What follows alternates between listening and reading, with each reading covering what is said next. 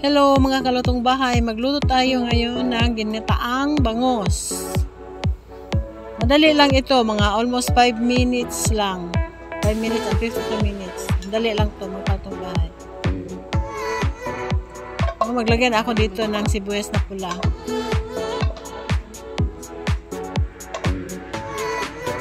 Ayan. Tapos luya.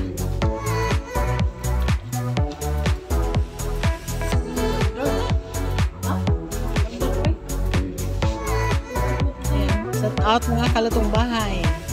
Simple lang ating lulutuin ngayon. Ayan. Sa kamatis.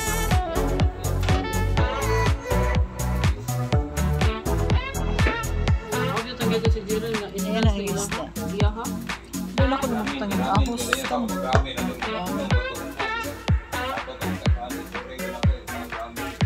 Ato lang siyang i-arrange o butang.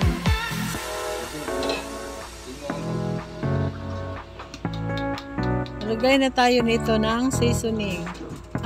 Niyog pa pala. Yung katas ng niyog. Pure na katas ng niyog ha. Ang gamit natin dito. Pure na lubi. Lagyan na tayo ng brown black pepper.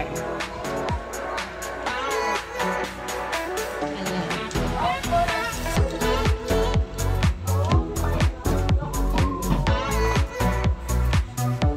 Ng konting asin.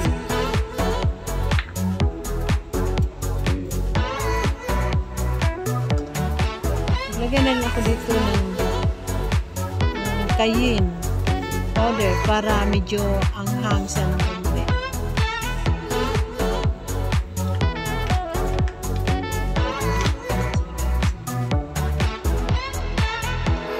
Lagyan din ako ng patis. Panlasa. Papalasa.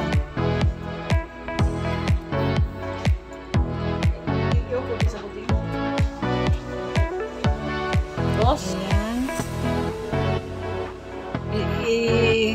Ubusin na lang natin yung ating gata. Gata ng niyog.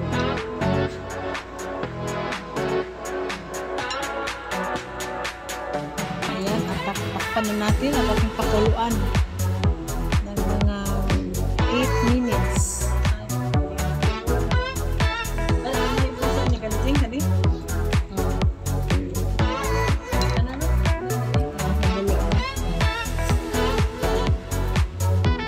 Silipin natin.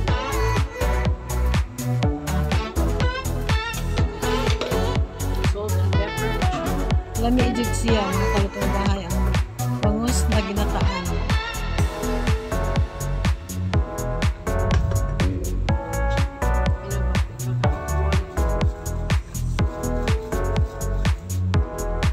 Naglagay na tayo dito ng talong. Ayan, talong. Takpan ulit natin ito mamaya para lutuin natin ang talong.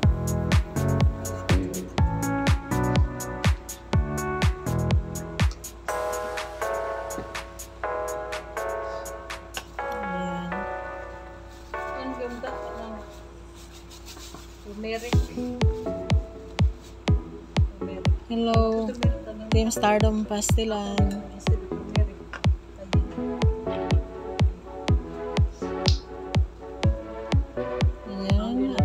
Balik. Kung hindi pa kayo nakapag-subscribe sa aking channel, paki-subscribe naman po at hit the notification bell para updated kayo sa ating mga bagong video. Ayan, silipin natin ulit.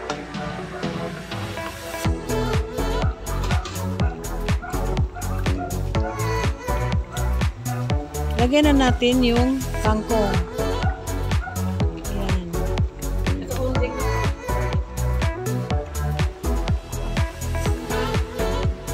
Lagyan natin ng kangkong para pangdagdag sarap. Para pangkulay din. At siling green. Naglagay ako dito.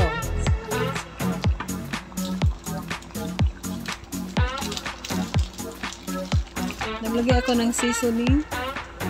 Optional na sa inyo kung lagyan ninyo o hindi. Ako naglagay ako ng konti. At tikman natin. Ayan.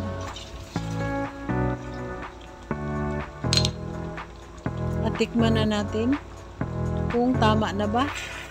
Nasa inyo kung may kulang o kayo na bahala. Tingnan ninyo.